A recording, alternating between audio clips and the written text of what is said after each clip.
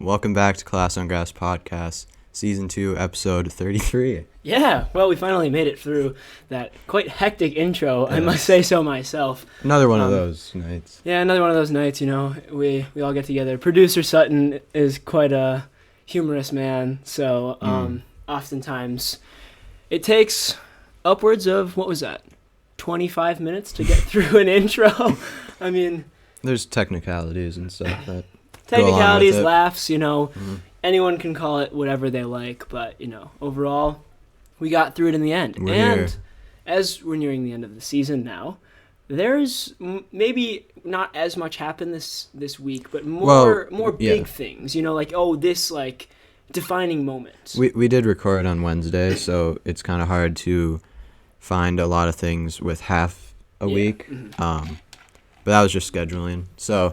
It's going to be a shorter one, I'm guessing. Yeah, I'm guessing it won't be the normal 45 to an hour, maybe 30 minutes, but, like we said, recording on Wednesday and then Sunday makes it a bit harder. But that being said, I think the topics that we have today are quite good for what happened over the past 4 days. Starting with the FA Cup, and Leicester won their very first ever FA Cup, beating Chelsea in the FA Cup final. Yuri Tielemans with a wonderful goal. And VAR kind of ruining that ending for Chelsea. It was interesting, because did you see the lead up to the Tielemans goal? So I got home from, I can't remember what exactly it was, but I got home, and as soon as I turned the TV on, the goal happened. And so I was getting settled in. I saw the goal, but I did not see exactly what happened on the way to it. So the Chelsea players were upset because Perez, in the lead up to the goal, Chelsea were trying to pass it or clear it, and he kind of I think he slid or something, and it hit his hand. And then Leicester got the ball back, and they scored. And VAR didn't check that or didn't even call it. And then Chelsea score in the 89th minute or something. Chilwell forces an own goal, and then they call it offside by millimeters. Criminally used VAR. It's criminal. It just... I was thinking also, it's never the player's onside by a millimeter. Never. It's always he's offside. When's the last time you've seen checking a goal for offside and it's given onside by this much? That's what I'm saying. I mean, that was the definition of millimeters. They were well, his shoulder is slightly above the pixel of the other man's shoulder, so technically speaking, he is offside. Those lines that they have, I'm sure they're correct, but it just seems a bit... It seems a bit iffy sometimes. Maybe I could draw a different line that's a couple pixels away. Exactly. Who's drawing these lines? Do we have Leicester? Yeah. Do we have Leicester fans up there in the stands drawing the lines? It's true. Yeah. Sending them over to who's the ref? Do you know? Was it Mike Dean? Michael Oliver, maybe. Yeah, one of the big lads. Yeah. Biggest in the game, FA Cup. But I think it was well deserved from Leicester. They played well the entire game. Chelsea didn't really wake up until the end, and. I was watching the post-match, and one thing kind of stuck with me, and I'm wondering what you think about this, but one of the, I don't know their name exactly because they're not the NBC hosts, they're the ESPN hosts, so they're not on very often, unless you watch Syria or something, but they said that in the first 70 minutes for Chelsea, they were playing possession, passing it around the back, and, it was just... get the ball and keep the ball, and they weren't being productive. And then in the last 15 minutes or 20 minutes, they were able to, or it wasn't, they weren't overthinking it. They weren't saying, oh, maybe I should take this pass. Nope, now it's covered, now I'm going to go back. They were just sending the passes and moving up the field and taking players on and trying to do whatever they could to get chances, which they got.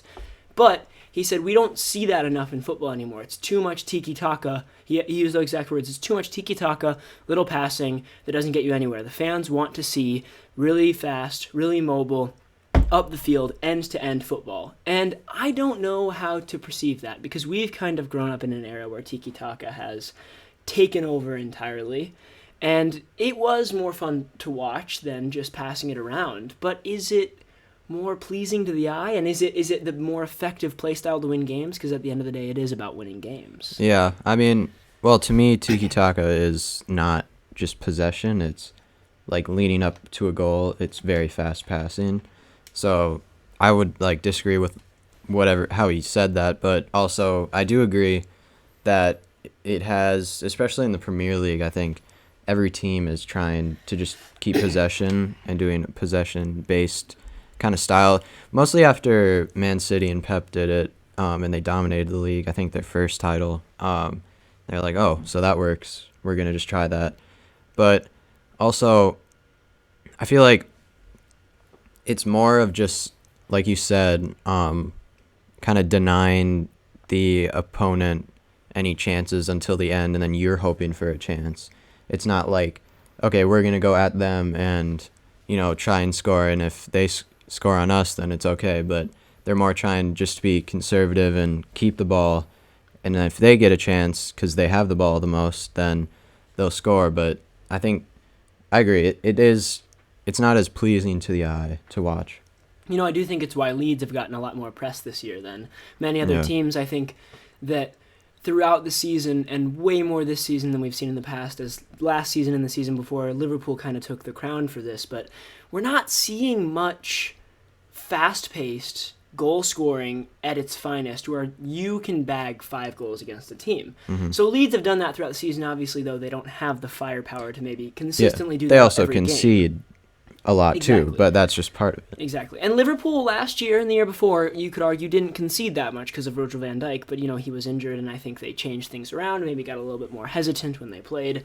And then Man City, Pep's first year when they won the title, I think it was a perfect example. They play tiki-taka, they play quick passes, but they also managed to get 5 goals a game. Yes. And I don't know, maybe 5 goals a game is a bit extreme. You don't want blowouts like that, but we're seeing a lot of 1-0s, 2-0s, 2-1s this year, and the only other league that I can really think of that's taken the cake for fast-flowing football this year is Serie A, and maybe you can only pick Inter out of that entire stage to say that they really are good at it. So I think it's quite an interesting debate. What's more important? Is it stylish football? Is it winning games? Is it playing counter? Every team has to have their identity, but at the same time, what appeals to the fans? Well, yeah, and the fans, they were back at the stadium for the FA Cup final.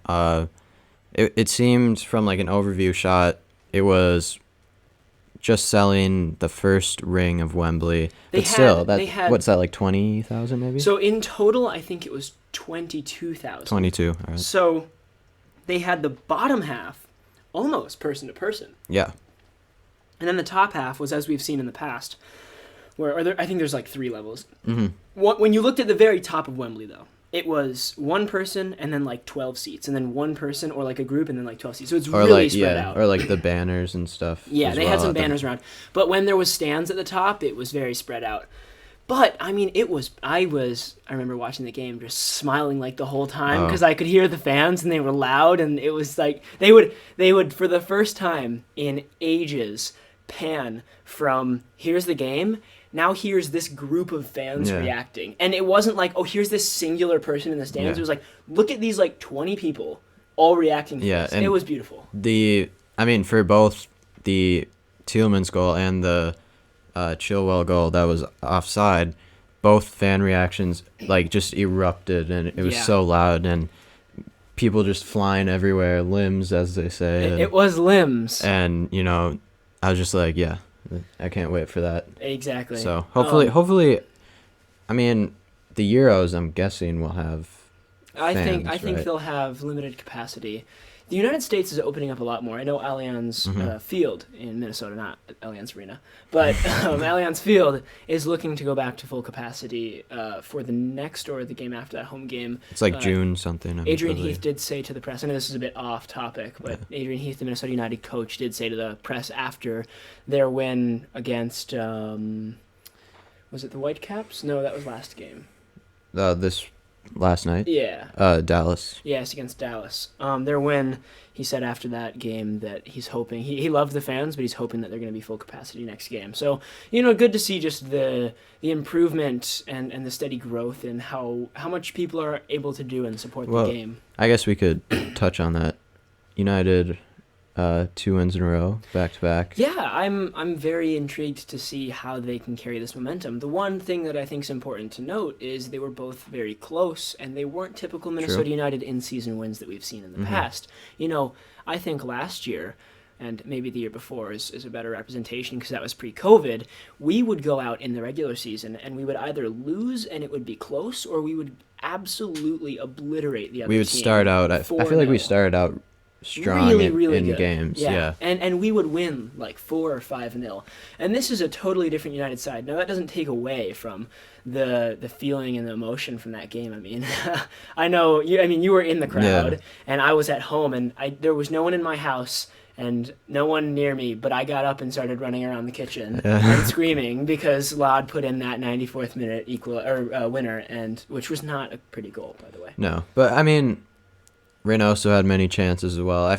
We deserved a goal, and usually, when you dominate a game like that, you're not going to get like a pretty goal from it. It's going to be a scrappy one, but it's deserved. Exactly. I mean, it was a good game. It was a scrappy game. Laud said after the game, it wasn't pretty, but we got 3 points. I think that's something we're going to be hearing more often this season than not. Yeah, at least until we get higher in the table. I think it's definitely going to be win first, not play well. To go off of the post-match interviews back to Adrian Heath's, I'm wondering what you might think of this. He did say to the press, we do now have a 3-4 week break until our next game, which will be good for us to reset, train, and get back to where we want to be. And I'm hoping to have a few new players arrive next week to the training grounds to start getting used to being with the team, getting around them, and then we can hopefully incorporate them right away in the next game.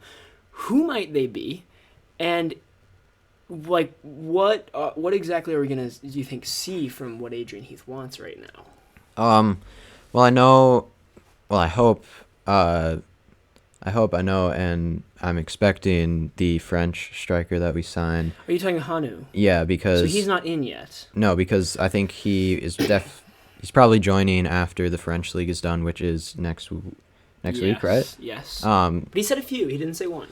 Yeah. So, but once that season ends, he'll move.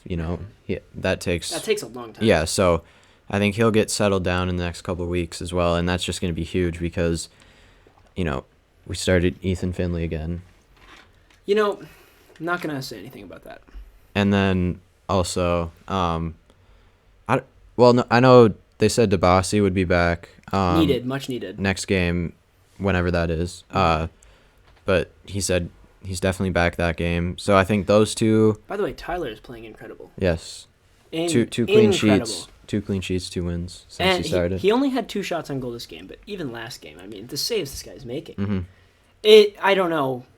We have 2 great goalkeepers, but yeah, and it was kind of needed. Not all on St. Clair, not all his fault, but it's kind of when you're not in form, switching out the goalkeepers usually does a little something, at least to the defense and also just to the team, and usually that goalie, like Miller has, once he gets a good few saves, then his confidence is up very high, and that's what you need. And then maybe he drops in form as well, and then St. Clair comes back in and does the same. And that's the positive about having 2 really good keepers that can kind of be interchangeable. But I did see a few Instagram comments when the only player we switched between 3 games ago and then Wednesday night's game, the people were all like, why did we take Dane out? He's been our only good player the whole season, which I don't know if I agreed with completely. Michael Boxall has been our best player. I player. Completely agree with that. He has been really solid, even though we've conceded a lot. I mean, none of it has been his fault. No. It's been either his center back partner, our outside backs, or our midfield not tracking back. Ozzy Alonso made a pretty big difference, I think, just with his presence when he came in on Wednesday.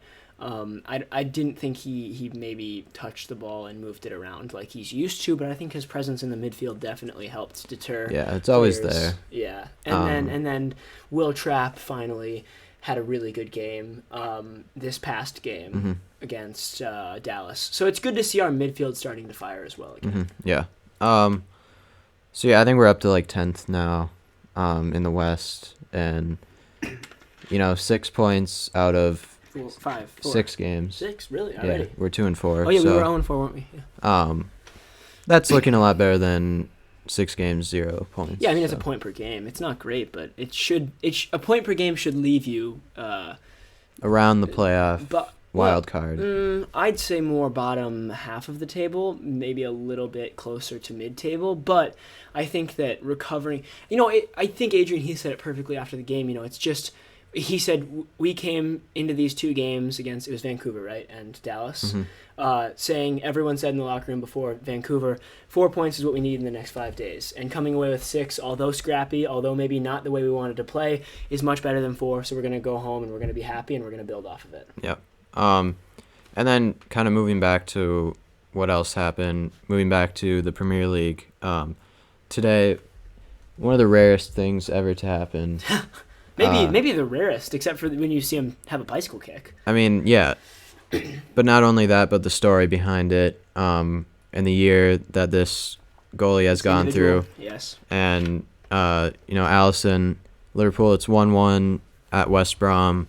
93rd minute. They are trying to get in the Champions League. They need this win. And it's a corner, and then Alisson comes up for it.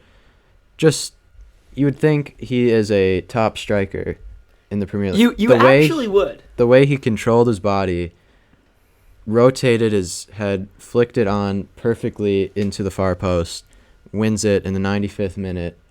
All the players crowd around him, scenes everywhere. And it was incredible. I didn't see it live. You did. I did see it live.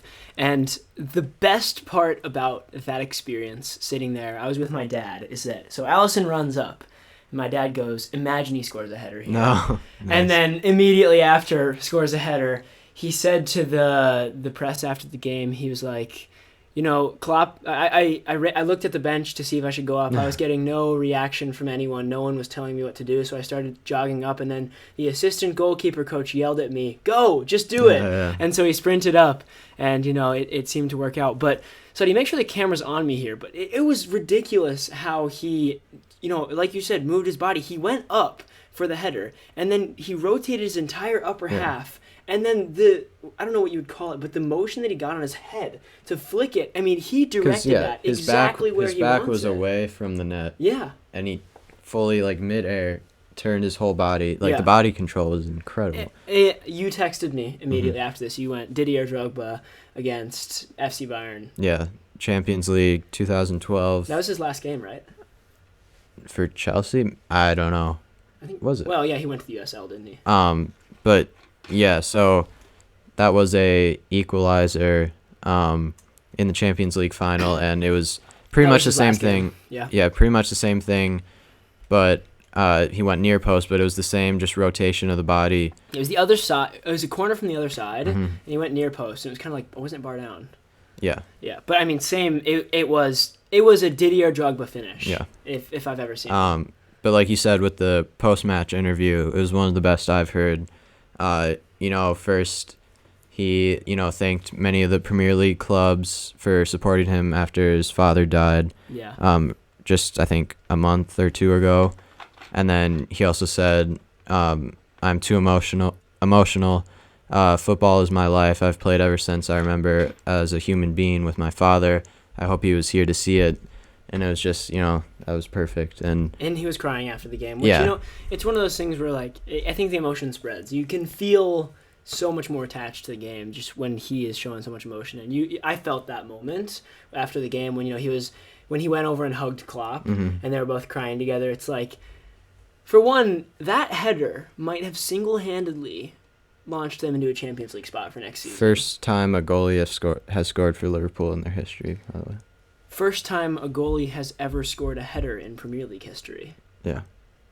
So many records were broken. Yeah, because you see goalies go up all the time. Yeah, and they might score. I think so 5 other goalies have scored in the Premier League's history, but I'm guessing the other 5 have been kind of like Tim Howard's, where they hit the goal kick and it bounces. Like the wind takes it and it just bounces. Yeah. Yeah, it was just an incredible story, not only just the goal, but, like we said, the past couple of months have been really hard for him, and it was just really nice to see, and it makes a very interesting Champions League spot race with, I think, Chelsea, Leicester, and Liverpool all in within a couple points of each other with a game or two to go, right? So yeah, I mean, it should be a really close end for that It might even be sixth, fifth, fourth, and third, but I think it's more between fifth, fourth, and third right now. That is Leicester, Chelsea, and Liverpool, yes. So yeah, that's going to be really interesting to see what happens. There's a chance that Leicester altogether move from third down to fifth because they play Chelsea on Tuesday, I think. I mean, what a season they would had if they made the Champions League and won the FA Cup. If they make Champions League this year, that is incredible. Yeah. Unreal scenes. And then also this weekend, 3 teenagers scored their first Premier League goal. Nathan Tella of Southampton.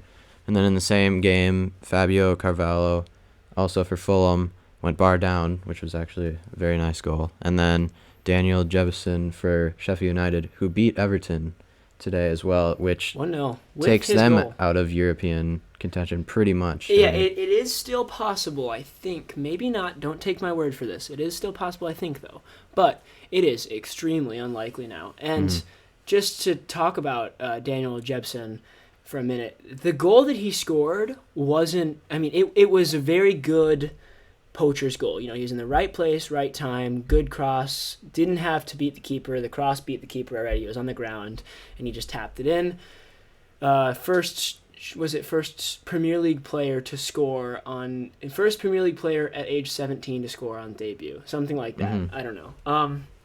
But, yeah, that's great for him. The thing I would like to note, though, is he actually almost had a brace about 10 minutes apart in the first half. Yeah. So they bring it down the left side and they cross it in so he almost had a brace. So they bring it down the left side, they play a through ball to him. He's 1-on-1 with the keeper. Oh. It's just him and the keeper. He's slightly to the left. He could take it around the keeper and immediately get a brace. He decides to go for the chip, but the keeper hasn't even gotten down yet. So just a little bit that you're seeing of, his maybe composure. His composure's not there. He's not a veteran yet. And then literally 2 seconds after that, so the goalkeeper, it's a pretty hard chip. It reminds me of a Danny Welbeck chip. Yeah. So the keeper can't grab it because he's so close. So he just bats it away. They cross it in again. Now he's back to goal, turns, hits it, and then they block it and it goes out. So he was incredibly close to having one of the most unbelievable full debuts. Yeah. He's obviously debuted in the Premier League, but that was his first Premier League start. Yeah. So, yeah.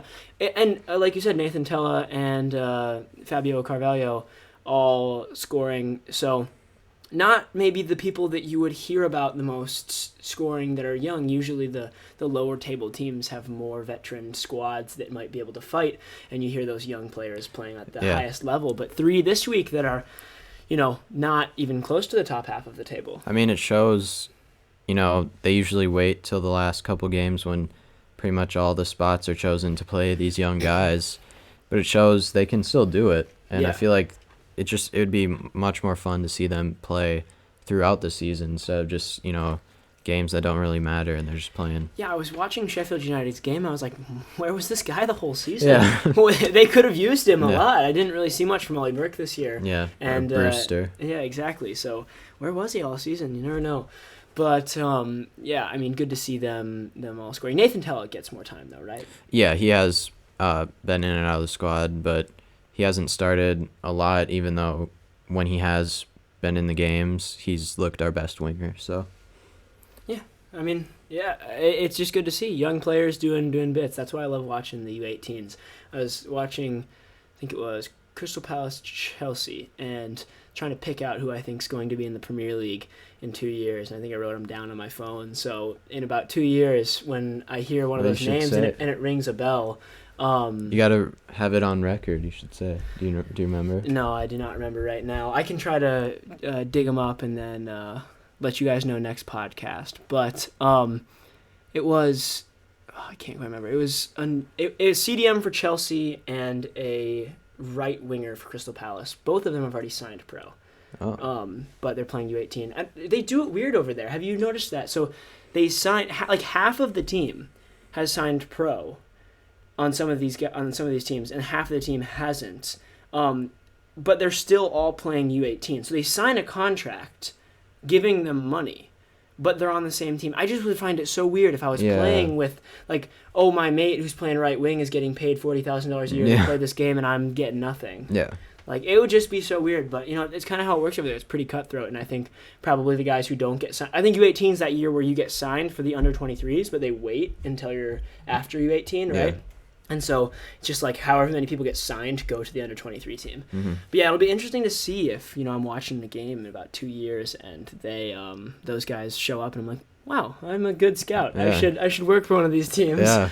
But yeah, moving out of England over to Germany, the German Cup DFB Pokal happened. Dortmund won it, and it was quite eventful. Haaland back. He has 39 goals in 39 games this season, which I think is a stat that is overlooked a lot right now. He is... That's better than like anyone. Yeah. I mean, Robert Lewandowski obviously just passed that 50 goals in the Bundesliga in one season that Gerd Muller previously held. So, do you think he's going to get the Ballon d'Or this year? I mean, he was robbed of it last year. I mean... It's hard because of Champions League. It's also hard because he's not in the Euros. Poland are in the Euros, right? Oh, wait, did that not qualify? Holland. Oh, no, I was saying Lewandowski. Oh, Lewandowski. Because he broke the 50 goal. Yeah, well... If Poland make a little run, yeah, but Bayern did not go far in the Champions League. They didn't do well in the Champions League, so it's hard to see Lewandowski winning it. I don't think Haaland will this year just because he's young and even then same competition and Lewandowski has more. Yeah, but Haaland will probably eventually win a Ballon d'Or. Mm-hmm. Not to put too much pressure on you, right? But he probably will win a Ballon d'Or someday. But, I mean, I would love to see Lewandowski get at least what he deserves from last season. I mean, I feel like it's something that he deserves. Yeah. But yes, Haaland will have a very hard time performing in the Euros this year, as he will not be a part of them, if you guys didn't know. Norway are not a part of the European Union, therefore not a part of the Euro competition. Good. And then just to finish it off, I thought a couple big things in the Women's League happened. So the Women's Champions League final. Barcelona won 4-0 against Chelsea, and I was like, wow, so they're definitely the best team, and they also won La Liga, and then I saw they were 26-0 in La Liga, and their goal differential was 128 goals to 5 goals. Are we going to see an invincible Barcelona women's team? I think we have. I mean, well, not quite yet. No. Have they been before? Maybe. I mean, but I don't know how many games. Unfortunately, I don't follow the women's side as much as I probably should. Yeah. But I mean, that's just ridiculous. Don't you think they should maybe distribute the wealth a little bit more than that? Like, it seems like that's really lopsided. I mean, yeah, but I know Chelsea have been very good. Their women's team. Obviously, they were in the final, and then also Fran Kirby won the Women's Player of the Year in England for the second time. Very good player. Yeah, and so I know, I don't really remember seeing Barcelona women's team being like the big team. I always see like Chelsea or it's Lyon, Chelsea, yes. PSG, and like Arsenal, I believe.